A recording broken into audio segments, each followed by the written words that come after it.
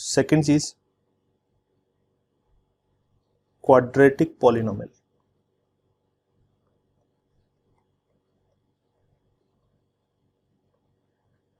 ठीक है, दिखने में कैसे होते हैं? A x square plus b x plus c, बस इतना ही। ठीक है, यहाँ पे अपने क्या बोलेंगे, where a b and c are real constants. Real मतलब रियल नंबर्स भी हैं और कॉन्स्टेंट्स भी हैं, बदल नहीं रहे। ठीक है, और ए जो है अपने बोलेंगे and a that can not be zero. Why? फिर से वही बात, अगर ए जीरो हो गया तो ये वाला पूरा टर्म ही जीरो हो जाएगा, मतलब एक्स का वाला टर्म खत्म हो जाएगा। तो फिर तो क्या बचेगा, ये फिर तो ये लीनियर पॉलिनोमियल बच जाएगा, इतना पोर्शन बचेगा। तो इसका मतलब ए जीरो नहीं हो सकता है, तभी ये क्वाड्रेटिक होगा। अगर ए जीरो हो गया तो फिर ये डिग्री छोटा हो जाएगा, क्वाड्रेटिक नहीं बचेगा। ठीक है, अच्छा तो इसके सिंपल से कुछ एग्जांपल देखें तो जैसे x square plus 4x plus 3, इसका एक एग्जांपल हो गया। और एग्जांपल जैसे 2x square minus 8x plus 1, ये हो गया। और एग्जांपल देखें तो minus x plus x square, ये भी इसका एक एग्जांपल हो गया। तो इसको स्टैंडर्ड फॉर्म में बनाऊं तो बनेगा x square minus x plus 0। ठीक है, और अगर हो गया 1 प्लस 4x स्क्वायर, तो इसका अगर मैं स्टैंडर्ड फॉर्म बनाऊं तो बनेगा 4x square plus 0x plus 1, है ना। तो यहाँ पे ये b का काम 0 कर रहा है, a का काम 4 कर रहा है और c का काम 1 कर रहा है। ठीक है, minus x square plus 8x plus 3, तो यहाँ पे इस वाले पॉलिनोमियल में a का काम -1 कर रहा है, b का काम 8 कर रहा है, c का काम 3 कर रहा है, इस तरीके से। तो इस तरह के जितने भी पॉलिनोमियल एक्सप्रेशन होंगे उनको बोलेंगे क्वाड्रेटिक पॉलिनोमियल एक्सप्रेशन। अच्छा, अब मुझे क्या करना है, इनका ग्राफ प्लॉट करना है। ठीक है, तो इनका ग्राफ प्लॉट कैसे करते हैं, मैं आपको सबसे पहले एक इम्पॉर्टेंट चीज देखना सिखाता हूँ। ये a जो है इसका साइन। ठीक है, तो सबसे पहले मैंने क्या बोला, साइन ऑफ a देखना है हमें। ठीक है, साइन ऑफ a क्या डिसाइड करेगा। ठीक है, एक चीज सबसे पहले मैं आपको बता देता हूं कि जब आप ax square plus b x plus c का ग्राफ उसी के अंदर जो वेरिएबल है x उसके साथ बनाओगे, ठीक है, तो इस ax square plus b x plus c इसका नाम हमने y रख दिया। ठीक है, तो x और इस पूरे एक्सप्रेशन के बीच में जब आप ग्राफ बनाओगे तो वो हमेशा एक पैराबोला बनेगा। ठीक है, वो पैराबोला बनेगा। वो पैराबोला ऐसी सी शेप होती है। ठीक है, इस तरह से। ठीक है, तो ये जो इस तरह की शेप होती है, इसमें ये जो पॉइंट होता है इसको बोलते हैं वर्टेक्स ऑफ द पैराबोला। ठीक है, और ये वाली ब्रांच और ये जो नीचे वाली ब्रांच है, ये दोनों ब्रांचेस एक दूसरे की मिरर इमेजेस होती हैं इस लाइन के अबाउट। ठीक है, इनको दो इक्वल पार्ट्स में डिवाइड करने वाली इस लाइन को बोलते हैं, इस लाइन का नाम होता है एक्सिस ऑफ पैराबोला। ठीक है, एक्सिस ऑफ पैराबोला। अच्छा, तो ये वर्टेक्स होता है, ये एक्सिस होता है। अच्छा, अब ध्यान देखना कि ये साइन ऑफ ए से क्या फर्क पड़ेगा। तो मैंने बोला अगर ए का वैल्यू पॉजिटिव आएगा, ठीक है, ए का वैल्यू मतलब क्वेश्चन में जैसे यहाँ पे ए का वैल्यू पॉजिटिव है, यहाँ पे पॉजिटिव है, यहाँ पे एक्स वर्ग है जो कोफिशिएंट है वो पॉजिटिव है, यहाँ भी पॉजिटिव है, बट यहाँ नेगेटिव है। मैंने बोला ए का वैल्यू पॉजिटिव होगा या नेगेटिव होगा, उस बात पे क्या डिपेंड करेगा कि इस क्वाड्रेटिक का ग्राफ किस तरह बनेगा, किस तरफ खुलेगा। अगर पॉजिटिव होगा तो अपने बोलेंगे कि अपवर्ड ओपनिंग पैराबोला बनेगा, अपवर्ड ओपनिंग। ठीक है, और अगर ए का वैल्यू नेगेटिव आ जाए तो अपने बोलेंगे कि डाउनवर्ड ओपनिंग पैराबोला बनेगा।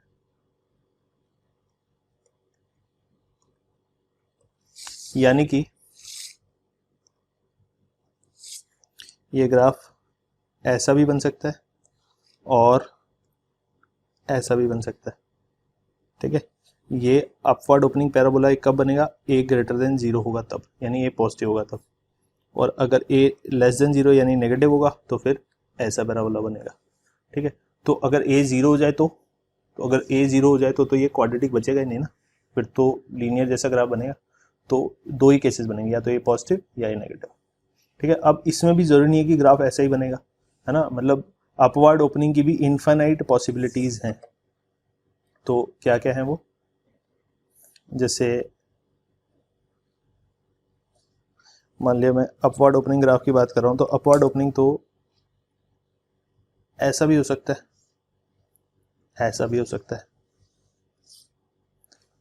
एक्स एक्सिस को टच करके भी निकल सकता है और एक्स एक्सिस के ऊपर से भी निकल सकता है। एक्स एक्सिस को दो जगह पे कट भी कर सकता है और पूरा का पूरा लेफ्ट साइड पे भी हो सकता है, पूरा का पूरा राइट साइड पे भी हो सकता है, एक ब्रांच लेफ्ट में एक ब्रांच राइट में हो जाए, ऐसा भी हो सकता है।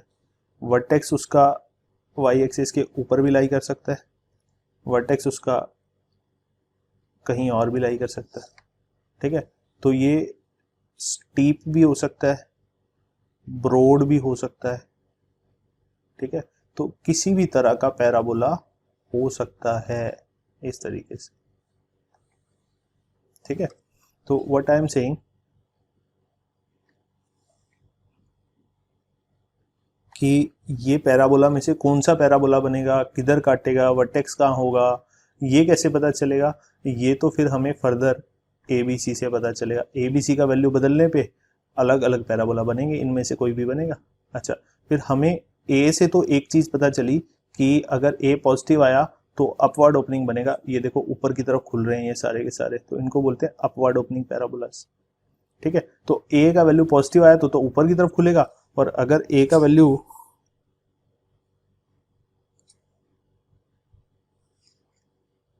नेगेटिव आ गया तो क्या होने वाला है? तो या तो ऐसा पैराबोला बनेगा, या फिर ऐसा पैराबोला बनेगा, या ऐसा भी बन सकता है, ऐसा भी बन सकता है, ऐसा भी बन सकता है, ऐसा भी बन सकता है। ठीक है, तो कैसा भी पैराबोला बन सकता है। ये डाउनवर्ड ओपनिंग सिर्फ A लेस देन 0, यानी कि अगर A का वैल्यू नेगेटिव हो जाए तब बनेगा डाउनवर्ड ओपनिंग। ठीक है, तो A से तो सिर्फ इतनी इंफॉर्मेशन आएगी, अपवर्ड ओपनिंग बनेगा या डाउनवर्ड ओपनिंग आएगा, वर्टेक्स कहाँ होगा, किधर पोजीशन होगा, कितना खुला होगा, कितना ब्रॉड होगा, कितना स्टीप होगा, ये सारी इंफॉर्मेशन आगे और चीजों से पता चलेगी। तो अभी तक हमें क्या पता चला कि ये पैराबोला अपवर्ड ओपनिंग होगा या डाउनवर्ड ओपनिंग होगा, सीधा सीधा एक्सप्रेशन देख के बता सकते हैं। जैसे किसी ने बोला y बराबर t² प्लस 40 माइनस 3, तो इसमें y और t के बीच में ग्राफ पैराबोला बनेगा पक्का? हाँ बिल्कुल बनेगा, क्योंकि ये क्वाड्रेटिक पॉलिनोमियल है। पर अपवर्ड ओपनिंग बनेगा या डाउनवर्ड ओपनिंग? x² का t² का कोफिशिएंट देखा यहाँ पे कितना है, 1 1 तो पॉजिटिव होता है, अगर पॉजिटिव है तो अपवर्ड ओपनिंग बनेगा। तो इसका मतलब ये अपवर्ड ओपनिंग पैराबोला बनेगा पक्का। इतनी बात समझ आ गई? ठीक है, फिर अगर किसी ने बोला कि s बराबर 3t माइनस 2t², ठीक है, इसमें s और t के बीच में ग्राफ बनाना है, तो फिर वो कैसा बनेगा? देखो ये क्वाड्रेटिक पॉलिनोमियल लिखा हुआ है, बिल्कुल लिखा हुआ है, तो इसका मतलब पक्का ये पैराबोला तो बनेगा ही बनेगा। फिर t² वाले टर्म का कोफिशिएंट देखो -2, -2 मतलब नेगेटिव, तो नेगेटिव है तो पैराबोला डाउनवर्ड ओपनिंग बनेगा, मतलब ऐसा कुछ बनेगा। पर इसकी पोजीशन कहाँ होगी, ये वर्टेक्स कहाँ होगा, इसके बारे में अभी कुछ भी नहीं पता। अभी तो सिर्फ हमें इतना पता है कि डाउनवर्ड ओपनिंग बनेगा, डाउनवर्ड में ये भी हो सकता है, ये भी हो सकता है, ये भी हो सकता है, इधर भी हो सकता है, और कुछ नहीं पता। ठीक है, अभी इतना पक्का पता चला है कि पैराबोला होगा और डाउनवर्ड ओपनिंग होगा। फिर बाकी की चीजें कैसे पता चलेंगी अभी बताता हूँ। मान लिया जनरल क्वाड्रेटिक एक्सप्रेशन जो था ax² plus bx plus c, ठीक है, इसका नाम हमने y रखा था, तो बेसिकली ये एक रिलेशन बन गया x और y में। ठीक है, तो इस रिलेशन का अपने को ग्राफ प्लॉट करना है। ठीक है, तो अब थोड़ा सा और बेटर प्लॉट करना है। तो एक चीज तो पता चल गई कि ये पॉजिटिव या नेगेटिव होगा तो अपवर्ड और डाउनवर्ड ओपनिंग होगा, बाकी चीजें कैसे पता चलेंगी? ठीक है, तो मैंने बोला जो वर्टेक्स होता है ना, वर्टेक्स कौन सा पॉइंट होता है, अभी थोड़ी देर पहले बताया, अगर ये पैराबोला है तो इसका ये वाला जो पॉइंट होता है सबसे बॉटम वाला पॉइंट है ना, इसको बोलते हैं वर्टेक्स। तो वर्टेक्स जो होती है उसके कोऑर्डिनेट्स होते हैं -b/2a, -d/4a। ठीक है, ये अपने को याद रखना है। ठीक है, तो मैंने क्या बोला, ये जो है ये -b/2a, this is x coordinate of vertex. ठीक है, और ये जो है ये y कोऑर्डिनेट ऑफ वर्टेक्स है। ठीक है, तो अपने को क्या ये याद रखने हैं? मैं बोल रहा हूँ कि नहीं, आपको दोनों याद नहीं रखने, आपको सिर्फ एक्स कोऑर्डिनेट ऑफ वर्टेक्स याद रखना है, यानी कि -b/2 है। ठीक है, तो आप क्या लिखोगे, एक्स वी, यानी कि एक्स कोऑर्डिनेट ऑफ वर्टेक्स। इसका मतलब क्या है, पूरा लिख देता हूँ, x coordinate of vertex that will be equal to minus, shortcut में लिख रहा हूँ उसको, x v that will be equal to -b/2a। ठीक है, तो यहाँ पे ये जो a है यही वाला a है, ये जो b है ये यही वाला b है, और ये d क्या है, ये 10th क्लास में आपने पढ़ा होगा, d जो होता है क्वाड्रेटिक का डिस्क्रिमिनेंट होता है। ठीक है, और d का वैल्यू होता है b² - 4ac। ठीक है, ये वो वाला d है। तो ये डिस्क्रिमिनेंट निकालने की अपने को कभी जरूरत नहीं पड़ेगी, क्योंकि अपने इस -d/4a का यूज ही नहीं करेंगे। ठीक है, तो फिर अपने y कोऑर्डिनेट कैसे पता करेंगे वर्टेक्स का, अगर अपने को x कोऑर्डिनेट पता चल गया तो मुझे x कोऑर्डिनेट की वैल्यू अगर मैं इस वाले एक्सप्रेशन में डाल दूं तो मुझे y कोऑर्डिनेट ऑफ वर्टेक्स मिलेगा, that will be equal to a times x coordinate of vertex का square plus b times x coordinate of vertex plus c। यानी कि अगर मुझे एक्स वी पता चल गया तो मैंने ऊपर वाली इक्वेशन में एक्स वी को डाल दिया यहाँ पे, और यहाँ पे एक्स की जगह पे, तो मुझे वाई कोऑर्डिनेट ऑफ वर्टेक्स मिल जाएगा। This is y coordinate of vertex. तो अब तो मेरी बहुत सारी प्रॉब्लम सॉल्व होगी। क्यों? क्योंकि मुझे वर्टेक्स के दोनों कोऑर्डिनेट मिल गए। जैसे मान लिया ये पैराबोला है, ठीक है, तो इसका मान लिया ये वर्टेक्स है, तो इसका x कोऑर्डिनेट एक्स भी है, y कोऑर्डिनेट y भी है। अगर मुझे इसके दोनों कोऑर्डिनेट ही मिल जाएंगे तो मुझे एग्जैक्टली पता चल जाएगा कि ग्राफ में वर्टेक्स कहाँ पे आएगा। और अगर अपवर्ड ओपनिंग और डाउनवर्ड ओपनिंग भी पता चल गया तो वहाँ से पकड़ के मैं खोल दूंगा, है ना। जैसे फॉर एग्जांपल किसी ने बोला कि मुझे प्लॉट करना है y equal to x² plus 4x plus 3, इसको प्लॉट करना है। ठीक है, तो हमने कहा करते हैं प्लॉट। तो हमने एक्सेस बना लिए, यहाँ पे y एक्सिस पे हमने ले लिया x² प्लस 4x प्लस 3 को, और x एक्सिस पे हमने ले लिया x को।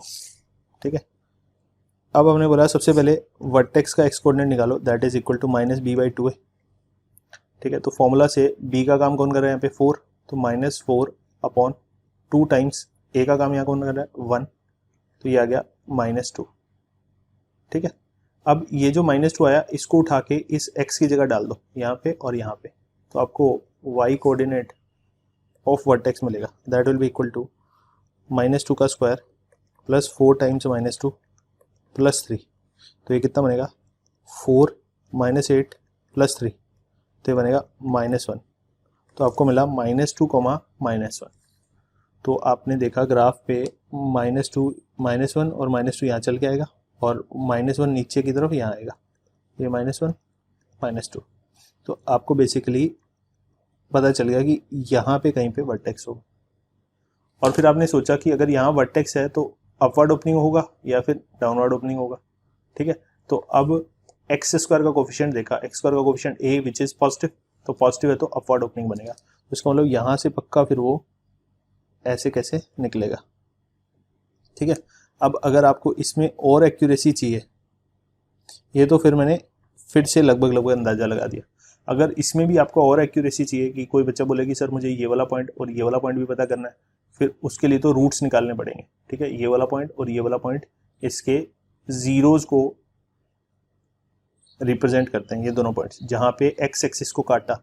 याद है 11th क्लास में अपने जीरोज पढ़े थे, अल्फा एंड बीटा, है ना। किसी भी क्वाड्रेटिक के रूट्स होते हैं, क्वाड्रेटिक इक्वेशन के रूट्स होते हैं अल्फा एंड बीटा, तो क्वाड्रेटिक एक्सप्रेशन के जीरोज होते हैं अल्फा एंड बीटा।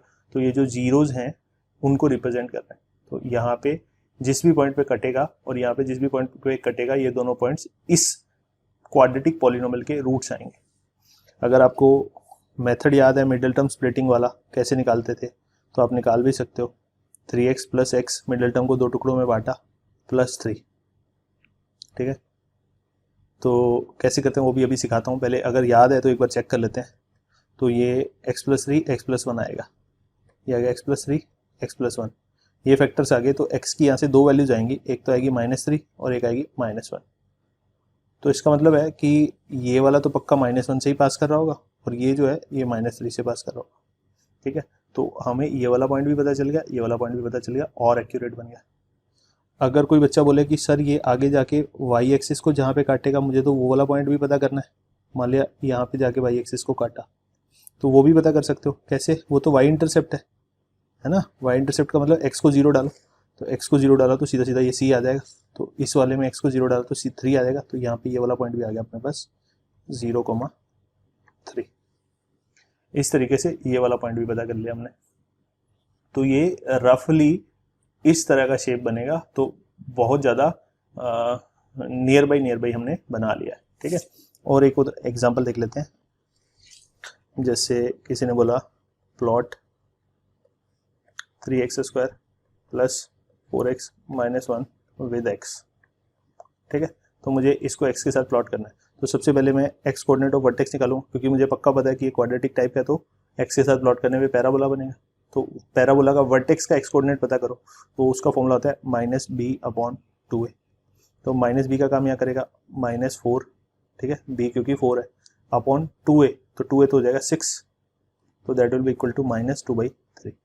अब ये जो वैल्यू आया, अब इसको उठा के वापस से यहीं पे डाल दो x की जगह पे, और यहाँ से y कोऑर्डिनेट ऑफ वर्टेक्स आएगा 3 टाइम्स x की जगह डाला -2/3 प्लस 4 टाइम्स -2/3 -1, तो ये वैल्यू आएगा 3 से 3 गया तो बचेगा 4/3 -8/3 -1, तो एलसीएम लेंगे तो क्या आएगा -4 -3 अपॉन 3, तो आंसर आ गया -7/3। तो अपने को y कोऑर्डिनेट भी मिल गया, x कोऑर्डिनेट भी मिल गया, तो वर्टेक्स पक्का -2/3 -7/3 पे लाई करेगा। ठीक है, तो अगर मैं प्लॉट करूं तो मान लिया यहाँ पे कहीं पे -2/3 है और -7/3 इससे बड़ा होगा, तो यहाँ मान लेते हैं। तो ये वाले पॉइंट पे वर्टेक्स होगा और ग्राफ कैसा होगा, अपवर्ड ओपनिंग होगा। एक बार y इंटरसेप्ट देख लेते हैं। यहाँ पे x को 0 डाला तो y इंटरसेप्ट आया -1, इसका मतलब y एक्सिस को -1 पे काटेगा। ठीक है, ये मान लिया -1 है। चलो एक सेकेंड, थोड़ा नीचे बनाना चाहिए क्योंकि ये -2/3 लिया हुआ हमने, तो मान लिया -1 यहाँ पे है। ठीक है, तो अब अगर मैं देखूं कि अपवर्ड ओपनिंग है डाउनवर्ड ओपनिंग, तो ये अपवर्ड ओपनिंग भी दिख रहा है, तो पक्का फिर ऐसा ही जाएगा इस तरीके से। ठीक है, तो ये अपवर्ड ओपनिंग पैराबोला टाइप बन गया है। आई होप आपको बात समझ में आ गई है किस तरह से प्लॉट करते हैं।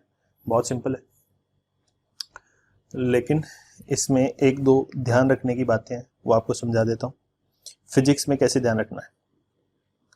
ठीक है, सबसे पहले फिजिक्स में कैसे बनेंगे इस तरह के ग्राफ जो बनेंगे इन फिजिक्स, ध्यान देना। फिजिक्स में जनरली एक्सेलरेशन, डिस्प्लेसमेंट, वेलोसिटी इन सब के बनते हैं। तो मान लिया मेरे पास सबसे पहले डिस्प्लेसमेंट का दे रखा है t² - 2t + 1। ठीक है, ये तो मैंने आपको पहले भी सिखाया था। ठीक है, पहले भी एक जगह बताया था कि अपवर्ड ओपनिंग कैसे बनेगा, बट इसको अब हम थोड़ा डिटेल में देख लेते हैं। तो सबसे पहले x कोऑर्डिनेट निकाल लिया वर्टेक्स का -b/2a, फटाफट से -b यानी माइनस का -2, तो उसका वैल्यू आ जाएगा +2 अपॉन 2a, 2, तो आंसर आया 1। ठीक है, x कोऑर्डिनेट ऑफ वर्टेक्स 1 आ गया, तो इसको फटाफट से यहाँ डाल दो। ठीक है, तो y कोऑर्डिनेट ऑफ वर्टेक्स कितना आ जाएगा, t की जगह 1 डाला तो आएगा 1 - 2 + 1 = 0 आ गया। तो पॉइंट कौन सा मिला, 1,0। तो याद करो मैंने एक जगह पढ़ाया था कि इसका वर्टेक्स 1,0 पे है और a पॉजिटिव है तो अपवर्ड ओपनिंग होगा। तो याद करो मैंने ऐसा शेप बनाया था और बोला था बाद में समझाऊंगा, तो इस तरह से बन गया। अब कोई पूछे ये वाला पॉइंट कौन सा होगा, तो बता सकते हो ये तो y इंटरसेप्ट वाला पॉइंट है, तो t की जगह 0 डालो तो ये 1 आ जाएगा, तो ये वाला पॉइंट है 1, यानी 0,1 बोल सकते हो। ठीक है, कोऑर्डिनेट्स लिखने हैं तो 0,1, अदरवाइज ये जो डिस्टेंस है ये 1 यूनिट है। इस तरीके से प्लॉट कर सकते हैं। अच्छा, फिर इसमें एक इम्पॉर्टेंट बात ध्यान रखनी है अपने को, ये t और s के बीच में ग्राफ है, ठीक है। और मैं आपको हमेशा हमेशा ये बताता आया हूँ कि time can not B negative, ठीक है। ऐसा क्यों, अब इस बात को समझाता हूँ, ठीक है।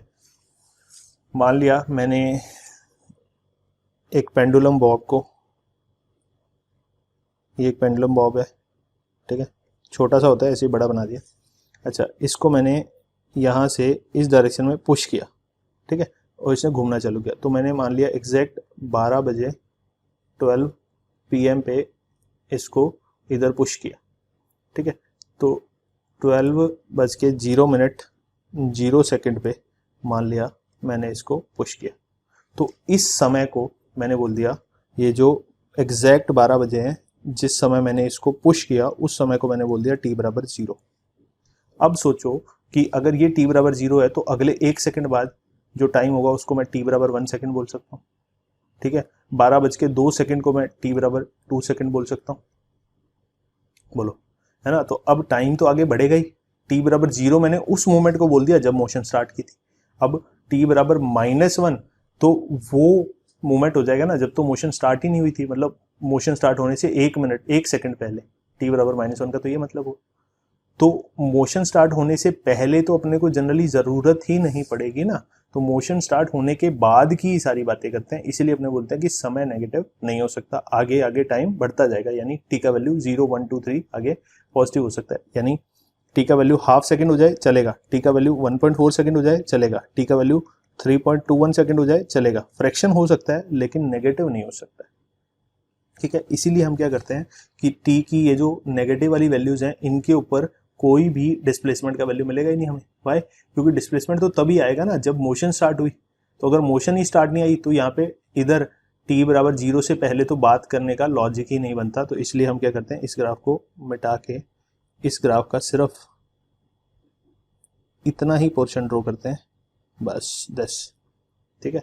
इसको मैं जो पोर्शन हमने हटा दिया उसको मैं डॉटेड लाइन से यहाँ शो कर देता हूँ, ये पोर्शन अपने को ड्रॉ नहीं करना है। वाई? क्योंकि t बराबर 0 इस लाइन के इधर इधर है, इस लाइन के ऊपर t बराबर 0 है, उसके बाद t ग्रेटर देन 0 आएगा, ठीक है। ये वाली लाइन पे t बराबर 0 है। आई होप आपको बात समझ में आ गई है, ठीक है। ये जो लाइन है ये t बराबर 0 वाली लाइन है, इस तरीके से। चलिए और देख लेते हैं फिर। मान लिया एग्जाम्पल 2, s बराबर 4 - 3t, एक सेकेंड,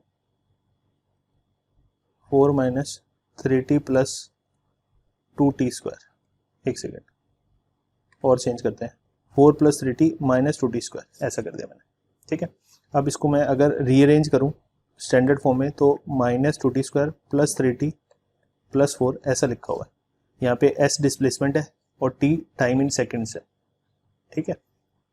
अच्छा, तो फिर मैंने बोला a का वैल्यू नेगेटिव है, पक्का डाउनवर्ड ओपनिंग बनेगा, ये तो पक्का पता चल गया। अच्छा, अब वर्टेक्स का एक्स कोऑर्डिनेट निकाल लेते हैं फटाफट। तो एक्स कोऑर्डिनेट ऑफ वर्टेक्स होता है -b/2a, तो -b यानी कि -3 अपॉन 2a, तो 2a तो हो जाएगा -4, तो माइनस से माइनस कट गया तो इसकी वैल्यू आ गई 3/4। तो एक्स कोऑर्डिनेट ऑफ वर्टेक्स आ गई 3/4, वो यहाँ पे डाल देते हैं t की जगह पे, तो आपको y कोऑर्डिनेट ऑफ वर्टेक्स मिलेगा, ठीक है। वो कितना आ जाएगा, -2 × 3/4 का स्क्वायर प्लस 3 × 3/4 + 4। तो इसको सिंप्लीफाई करा तो अपने पास आएगा 9/8 माइनस का 9/8 प्लस का 9/4 + 4, ठीक है। फिर अगर मैं एलसीएम लूँ तो ये बचेगा, ये दोनों मिला के बचेंगे प्लस के 9/8 + 4, ठीक है। तो अगर मैं सिंप्लीफाई करूँ इसको तो 32 और 9 41/8 ये आ जाएगा, ठीक है। ये आ गया मेरे पास y कोऑर्डिनेट। तो मेरे पास x कोऑर्डिनेट आया था 3/4 और y कोऑर्डिनेट आ गया 41/8। तो मेरे को वर्टेक्स पूरा क्या मिला, 3/4, 41/8, ये हमारा वर्टेक्स हो गया, ठीक है। तो इसका मतलब क्या हुआ, अब अगर मैं इसको प्लॉट करूं ठीक है, 4 plus 2t minus 3t square, इसको प्लॉट कर रहे हैं, ठीक है। अच्छा, तो ये प्लॉट हो किसके साथ रहा है, t के साथ प्लॉट हो रहा है, ठीक है, और इसका नाम क्या है, s, ठीक है। तो अब यहाँ पे मैंने देखा कि वर्टेक्स के कोऑर्डिनेट आए मेरे पास 3/4, 41/8, ठीक है, ये आए थे 3/4 एंड 41/8। तो मैंने देखा 3/4, मान लिया ये 1 है, तो 3/4 यहाँ कहीं आएगा, ठीक है। 41/8 कितना होता है, 8 5 जा 40 होता है, तो मान लिया ऊपर यहाँ कहीं आ गया, ऊपर की तरफ मान लेते हैं, ठीक है। तो एक सेकेंड, यहाँ पे ये मान लिया पॉइंट जो आया, दिस इज 41/8, तो ये जो पॉइंट है दिस इज 3/4, 41/8, क्योंकि ऊपर जगह नहीं थी तो मैंने ऐसे ही अज्यूम कर लिया कि यहाँ कहीं होगा, ठीक है, काफ़ी दूर होगा। अच्छा, अब मुझे पक्का पता है कि a नेगेटिव है तो डाउनवर्ड ओपनिंग होगा, और t की जगह 0 डालने पे 4 पे कटेगा, तो यहाँ कहीं काटेगा किसको, y एक्सिस को 4 पे, ये 4 हो गया।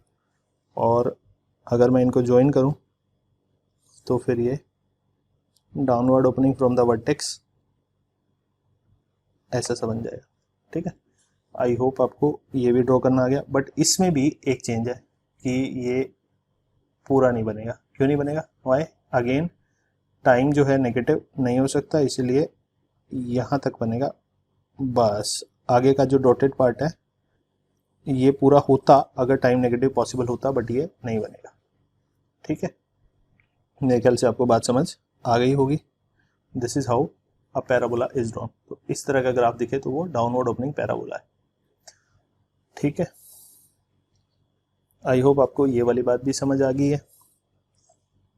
और क्या है फिर, और एक चीज मैंने बताई थी कि ये वाले जो पॉइंट्स आते हैं जहाँ पे एक्स एक्सिस को काटता है उनको जीरोज या रूट्स बोलते हैं, ठीक है। तो क्वाड्रेटिक पॉलिनोमियल के लिए जीरोज बोलेंगे, और अगर क्वाड्रेटिक इक्वेशन लिखी है तो रूट्स बोलेंगे। जैसे मेरे पास लिखा है x² माइनस 4x प्लस 3 बराबर 0, तो ये तो क्वाड्रेटिक इक्वेशन है, तो इसके तो रूट्स होंगे। वो रूट्स का क्या मतलब हुआ, ऐसी x की वैल्यूज जो इसको सेटिस्फाई करती, तो वो तो 3 एंड 1 आएंगी, ठीक है, इसके रूट्स हो जाएंगे वो, ठीक है। उन्हीं को अपने अल्फा एंड बीटा बोल सकते हैं।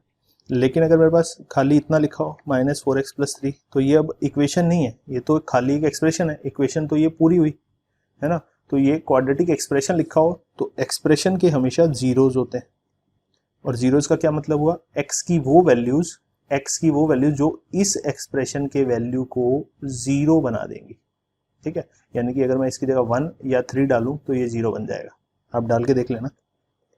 तो इसका मतलब 3 एंड 1 इसके लिए जीरोज हैं एक्सप्रेशन के लिए, और इक्वेशन के लिए वो रूट्स हैं, ठीक है। बट अपने तो एक्सप्रेशन को प्लॉट कर रहे हैं, तो यहाँ अल्फा और बीटा बेसिकली क्या है, इसके जीरोज ही हैं, ठीक है। तो यहाँ पे सेम ही आया, क्योंकि मैं इसको भी 0 बनाने की बात कर रहा हूँ, तो यहाँ पे ऑलरेडी 0 के बराबर दिया हुआ है, इसलिए इस इक्वेशन में रूट्स का वैल्यू और इस एक्सप्रेशन के जीरोज का वैल्यू सेम ही आया। अच्छा, तो अब सवाल ये उठता है कि ये जीरोज निकाले कैसे जाते हैं किसी भी एक्सप्रेशन के, ठीक है। तो वो आपको समझा देता हूं मैं। Zeros of any quadratic expression, ठीक है। तो मान लिया मेरे पास लिखा हुआ है x² प्लस 4x प्लस 3 बराबर 0, ठीक है। तो मुझे इस क्वाड्रेटिक एक्सप्रेशन के, सॉरी इतना लिखा हुआ है, ठीक है। तो मुझे इस क्वाड्रेटिक एक्सप्रेशन के जीरोस चाहिए, मतलब x की वो वैल्यू चाहिए जिससे ये एक्सप्रेशन 0 के बराबर हो जाए।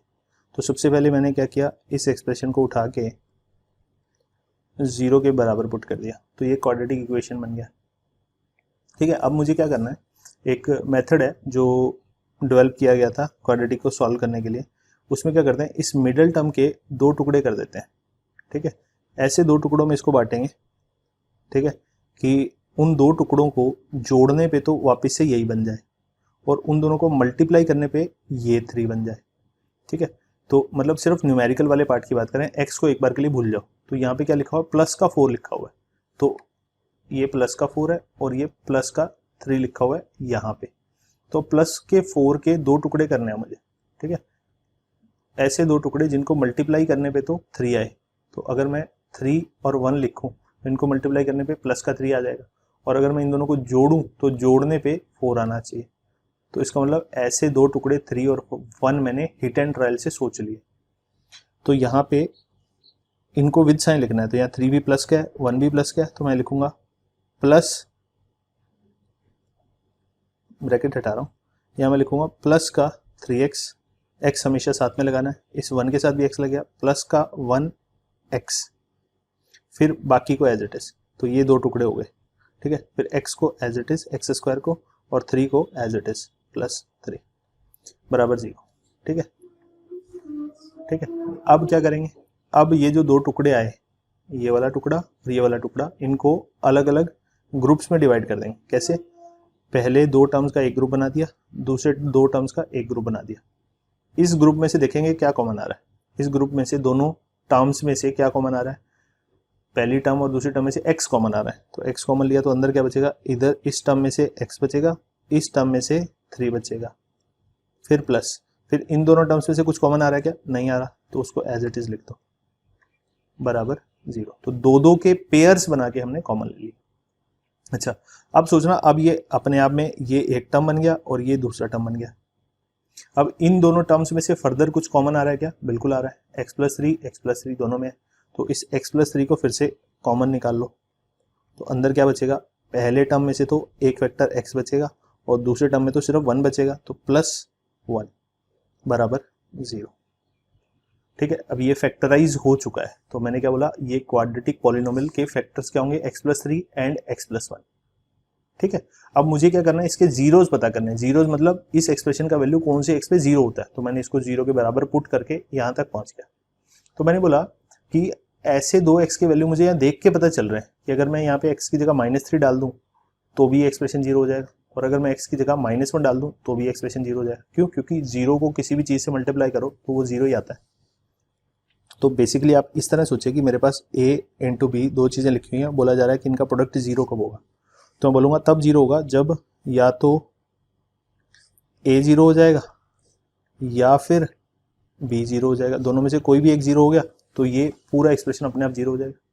तो यहाँ पे a का काम कौन कर रहा है, x+3, तो मैं बोलूँगा कि इधर x+3 बराबर 0 होगा तो ये एक्सप्रेशन 0 के बराबर आएगा, या फिर x+1 बराबर 0 होगा तो ये एक्सप्रेशन 0 के बराबर बनेगा। तो x की एक पॉसिबल वैल्यू तो -3 और दूसरी पॉसिबल वैल्यू -1 मिली, तो इन दोनों में से अगर मैं कोई भी वैल्यू यहाँ पुट कर दूं, कहाँ पे, इस ओरिजिनल एक्सप्रेशन में, तो फिर पक्का उसका वैल्यू 0 बन जाएगा। तो इस एक्सप्रेशन के जो दो जीरोज मिले मुझे, वो कौन कौन से मिले, एक तो मिला -3 और एक मिला -1। तो this is how you find the zeros, और इन्हीं के नाम आपने 9th-10th क्लास में अल्फा एंड बीटा लिखे थे, ठीक है। Sum of the roots, product of the roots, ये सारी चीजें पढ़ी थी ना, तो वही वाले रूट्स हैं ये, है ना, जो क्वाड्रेटिक इक्वेशन के लिए आप देखते थे। तो एक्सप्रेशन के लिए बस उनका नाम चेंज करके रूट्स की बजाय जीरोस बोलते हैं। अगर इक्वेशन लिखी हो तो इक्वेशन के लिए तो उनका नाम रूट्स ही रहेगा। अच्छा, अब इनका क्या फायदा हुआ, अब इनका ये फायदा हुआ कि अगर मान लिया मुझे x² + 4x + 3 का ग्राफ प्लॉट करना है, ठीक है। अगर मुझे इसका ग्राफ प्लॉट करना है, तो अगर मुझे इसके फैक्टर्स पता है, x+3 x+1 ये इसके फैक्टर्स हैं, तो मैं डायरेक्टली प्लॉट कर सकता हूँ। कैसे, मैंने बोला कि अगर मैंने y एक्सिस पे ये एक्सप्रेशन ले रखा है तो पक्का ये एक्सप्रेशन 0 कब होगा, इसका वैल्यू 0 तब होगा जब ये x एक्सिस को कट करेगा। तो अगर मान लिया ये पैराबोला कहीं पे जाके x एक्सिस को कट करेगा तो वहां पे y का वैल्यू पक्का 0 हो जाएगा, क्योंकि x एक्सिस पे कोई भी पॉइंट लो उसका y कोऑर्डिनेट हमेशा 0 होता है। यस, तो यहां से मैंने बोला कि x की जगह -3 और -1 दोनों डालने पे ही ये एक्सप्रेशन 0 हो रहा है, इसका मतलब -3 और -1 पे ही y का वैल्यू 0 आएगा। इसका मतलब ये जो अपवर्ड ओपनिंग पैराबोला है वो x एक्सिस को एक तो -1 पे काटेगा और एक -3 पे काटेगा, ठीक है। तो ये अपवर्ड ओपनिंग पैराबोला पक्का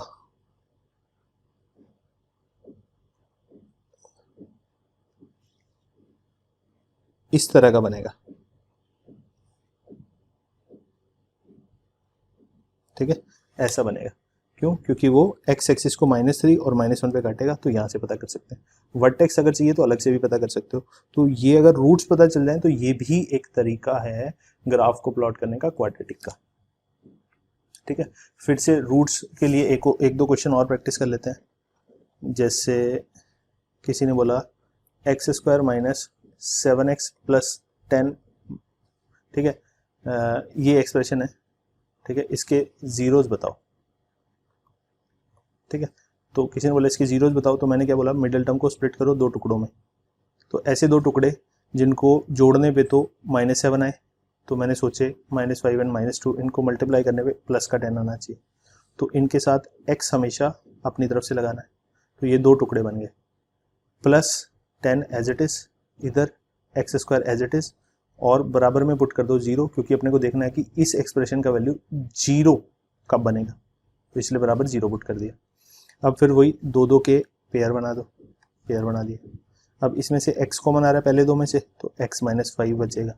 इन दोनों में से क्या कॉमन आ रहा है, -2 कॉमन आ जाएगा, तो -2 कॉमन ले लिया। इधर बचेगा x, इधर बचेगा -5 बराबर 0। अब ये अपने आप में दो टर्म्स फिर से नए क्रिएट हो गए, तो इन दोनों में से फिर से x - 5 कॉमन आ रहा है, कॉमन ले लिया, तो बचेगा क्या, x - 2 बराबर 0। अब फिर से वही बात, या तो ये 0 हो जाए या तो ये 0 हो जाए, दोनों में से कोई भी 0 हो जाए तो पूरा प्रोडक्ट 0 हो जाएगा। तो इसका मतलब इधर x बराबर 5 और x बराबर 2 विल सेटिस्फाई, है ना, इन दोनों में से कोई एक ही सेटिस्फाई करेगा। तो इसका मतलब इसके दो रूट्स आ गए ऊपर वाले एक्सप्रेशन के, 2 और 5। तो इसका मतलब है कि अगर 2 और 5 इसके रूट्स आए तो ये 2 है, और ये मान लिया, एक सेकेंड, चलो, 1 2 3 4 5। तो इसका मतलब यहाँ से और यहाँ से 2 और 5 से ग्राफ पास करेगा, और x² का कोएफिशिएंट पॉजिटिव है तो अपवर्ड ओपनिंग होगा, तो पक्का इसका ग्राफ कुछ इस तरीके का बनना चाहिए,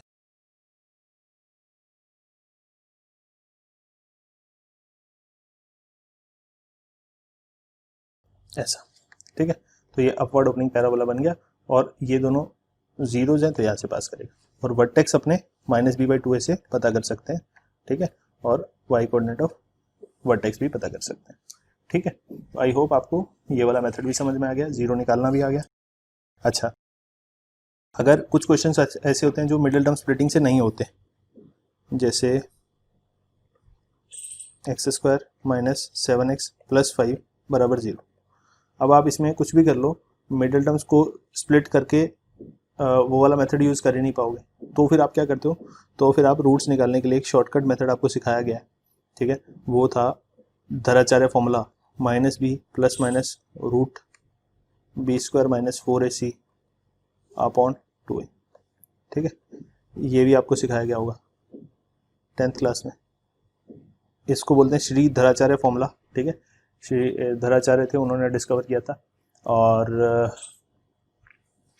प्लस इसको बहुत सारे बच्चे क्वाड्रेटिक फॉर्मूला के नाम से भी जानते हैं। तो यहाँ पे b, a और c यही वाले हैं, x² का कोफिशिएंट a है, x का कोफिशिएंट जो आएगा वो b हो जाएगा, और कांस्टेंट टर्म जो हो जाएगा वो c हो जाएगा। ठीक है, और ये b² - 4ac जो लिखा हुआ है इस रूट के अंदर, उस पूरे का नाम होता है डिस्क्रिमिनेंट, यानी कि d। ठीक है, ये वाली चीज़ें भी आपको 10th क्लास में पढ़ाई गई थी।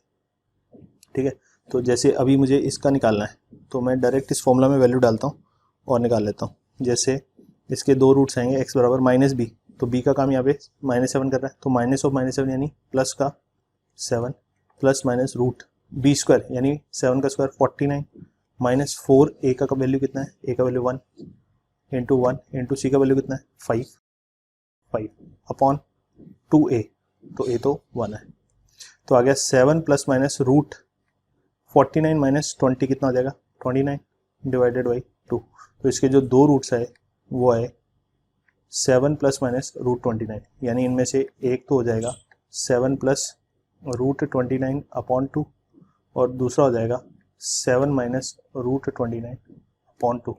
इनमें से एक को मैंने अल्फा बोल दिया, एक को मैंने बीटा बोल दिया, किसी को भी अल्फा बीटा बोल सकते हो, जरूरी नहीं है कि इसको अल्फा बोलना है या इसको बीटा बोलना है, किसी को भी बोलना, ठीक है।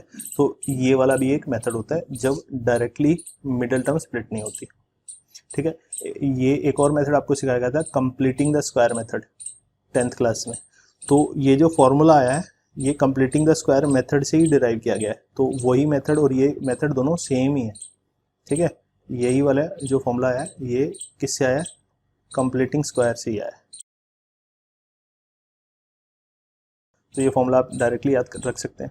और उसके अलावा और क्या पता कर सकते हैं, और उसके अलावा एक और शॉर्टकट है, ठीक है, एक और शॉर्टकट है, अगले पेज पे बताता हूँ।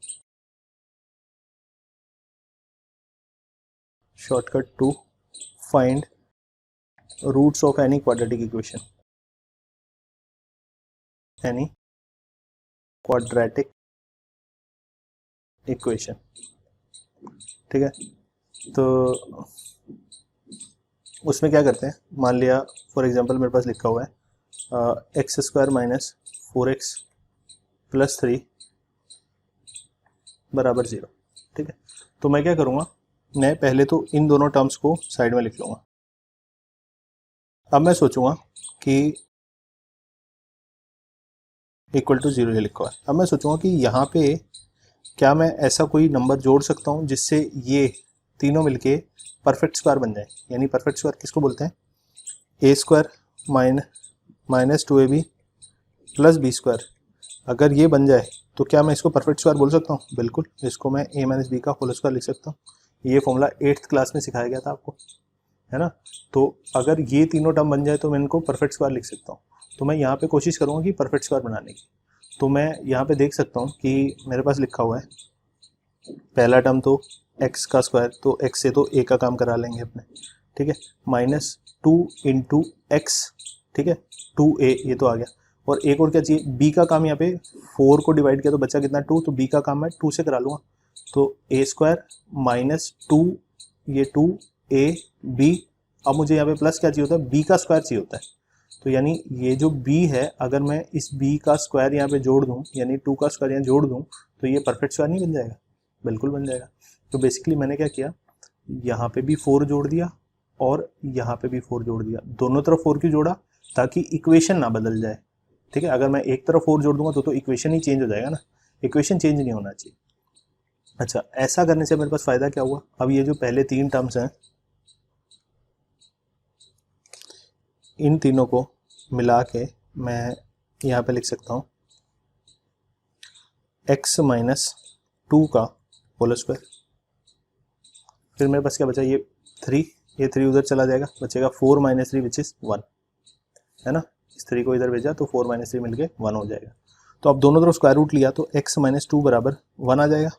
गलती हो गई, मैं बार बार सिखा रहा हूँ, जब भी स्क्वायर रूट लेना है तो हमेशा प्लस माइनस लगाना है, प्लस माइनस दोनों वैल्यू जाएंगी।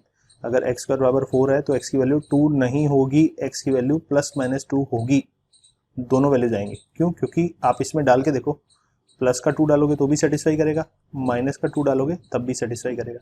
तो सिमिलरली यहाँ पे भी अगर आप x माइनस 2 का वैल्यू +1 डालो तो भी 1 आएगा, -1 डालो तो भी सेटिस्फाई करेगा। इसका मतलब है कि दोनों आंसर आने चाहिए।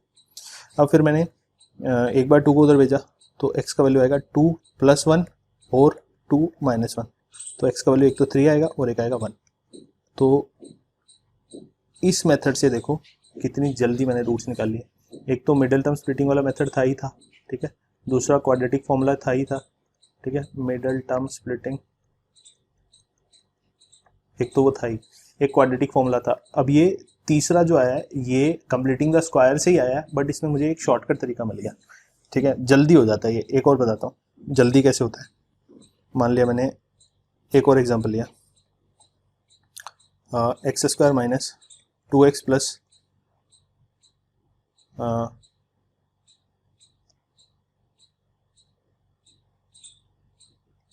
2x -1 बराबर 0, मान लिया लिखा हुआ है, ठीक है।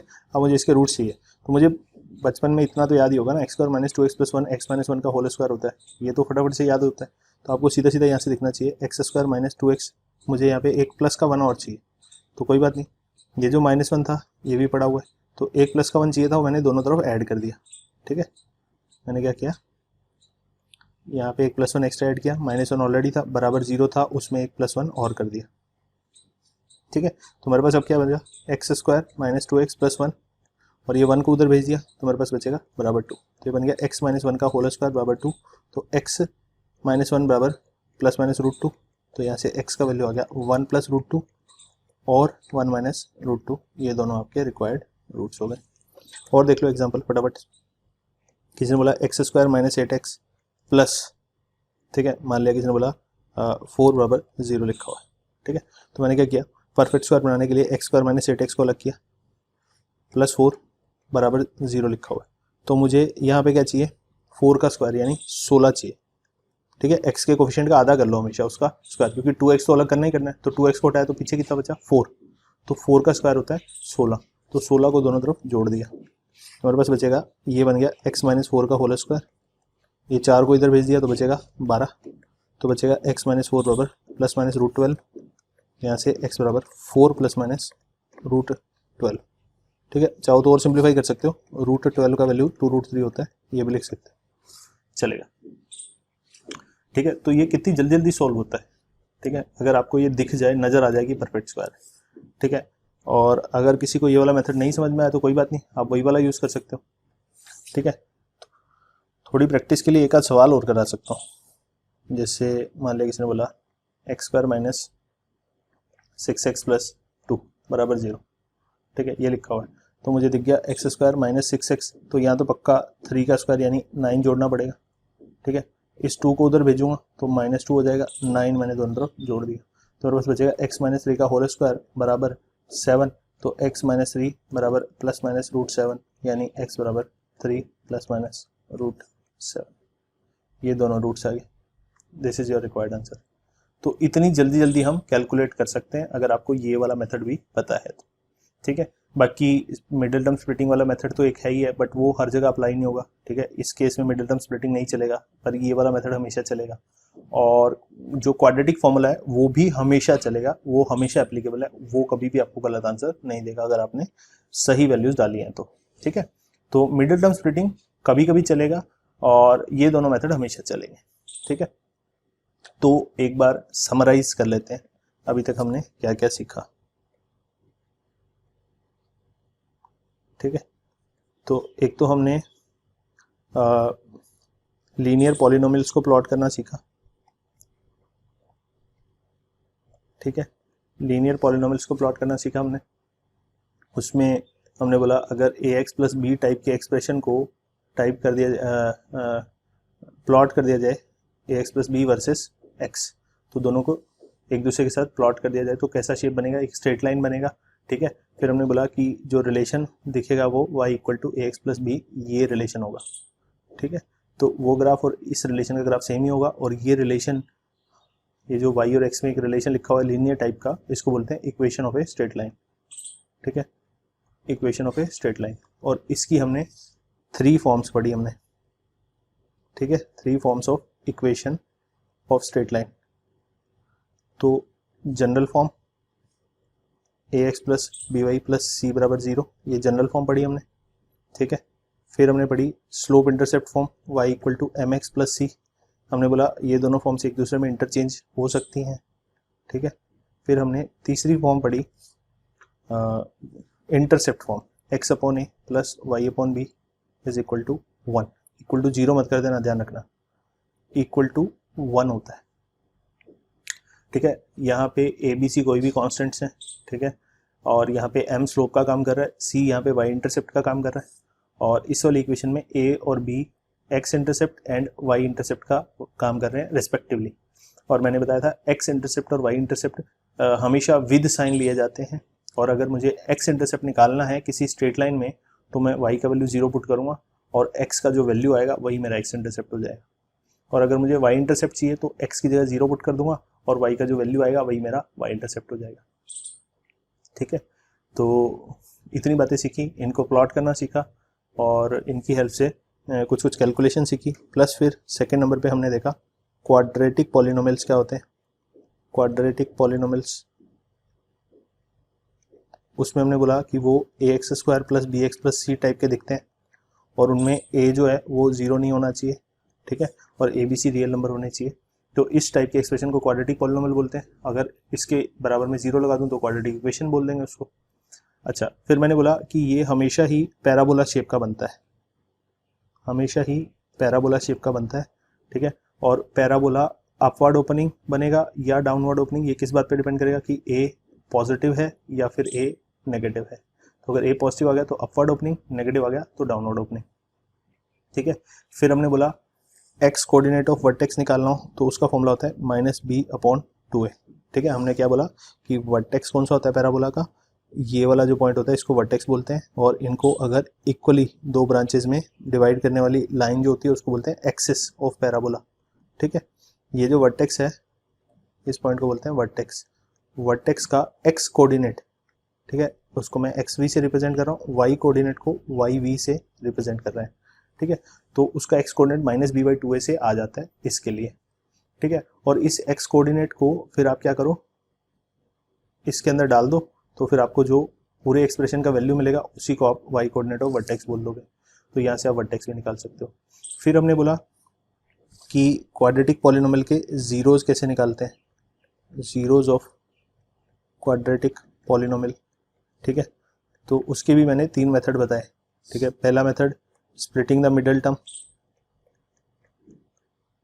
दूसरा मेथड बताया formula -b + -√b² - 4ac upon 2a, तीसरा मेथड में मैंने बताया परफेक्ट स्क्वायर बना के, ठीक है, परफेक्ट स्क्वायर बना के, ठीक है। तो इनमें से जो भी आपको अच्छा लगे वो आप यूज कर सकते हो। और फिर हमने क्या बोला कि जीरोज, अगर ग्राफ में देखे जाए तो जीरोज कौन से पॉइंट होते हैं, किसी भी पैराबोला के लिए जीरोज वो वाले पॉइंट होंगे जो पैराबोला को एक्स एक्सिस के साथ काटने पे मिलेंगे, है ना। जैसे मान लिया ये पैराबोला एक्स एक्सिस को एक तो यहाँ काट रहा है और एक यहाँ काट रहा है, तो ये दोनों जीरोज होंगे, तो इन्हीं को अपने अल्फा और बीटा बोलेंगे, ठीक है। तो ये दोनों इन तीनों में से किसी भी एक मेथड से कैलकुलेट कर सकते हैं, ठीक है। तो this is how we plot parabola. I hope इतनी बातें आपको समझ में आ गई होंगी। इनमें भी एक दो चीज़ें ध्यान रखनी होती हैं कि नेगेटिव साइड वाला तब नहीं बनाना होता जब एक्स एक्सिस पे जो वेरिएबल है उसकी वैल्यू नेगेटिव नहीं हो सकती। जैसे टाइम के साथ बना रहे हैं तो टाइम नेगेटिव नहीं हो सकता, तो एक्स एक्सिस के लेफ्ट हैंड वाला पार्ट बनाएंगे ही नहीं, हम उड़ा देंगे, ठीक है। राइट साइड पे जितना ग्राफ होगा वो एज इट इज पड़ा रहेगा, उसको चेंज नहीं करेंगे, ठीक है। यहाँ तक हो गया पॉलिनोमियल और लीनियर और क्वाड्रेटिक पॉलिनोमियल्स। इसी के ऊपर ये कुछ क्वेश्चंस हैं, अभी तक जितना भी पढ़ा ये क्वेश्चंस आप प्रैक्टिस करें, वीडियो को पॉज करें, क्वेश्चंस को नोट करें और फिर आगे बढ़ें। और ये थोड़े से और क्वेश्चंस हैं, आई थिंक आपको इन सब का अच्छे से प्रैक्टिस करने के बाद ही नेक्स्ट सेक्शन की तरफ मूव करना चाहिए। जब तक ये सारे क्वेश्चन अच्छे से प्रैक्टिस नहीं करोगे, ग्राफ्स ड्रॉ करके खुद से नहीं देखोगे, तब तक जितना मैंने पढ़ाया वो ऐसा लगेगा कि समझ आ गया, बट वो एक्चुअल में समझ में नहीं आया होगा। सो प्लीज़ मेक श्योर कि आप ये क्वेश्चन प्रैक्टिस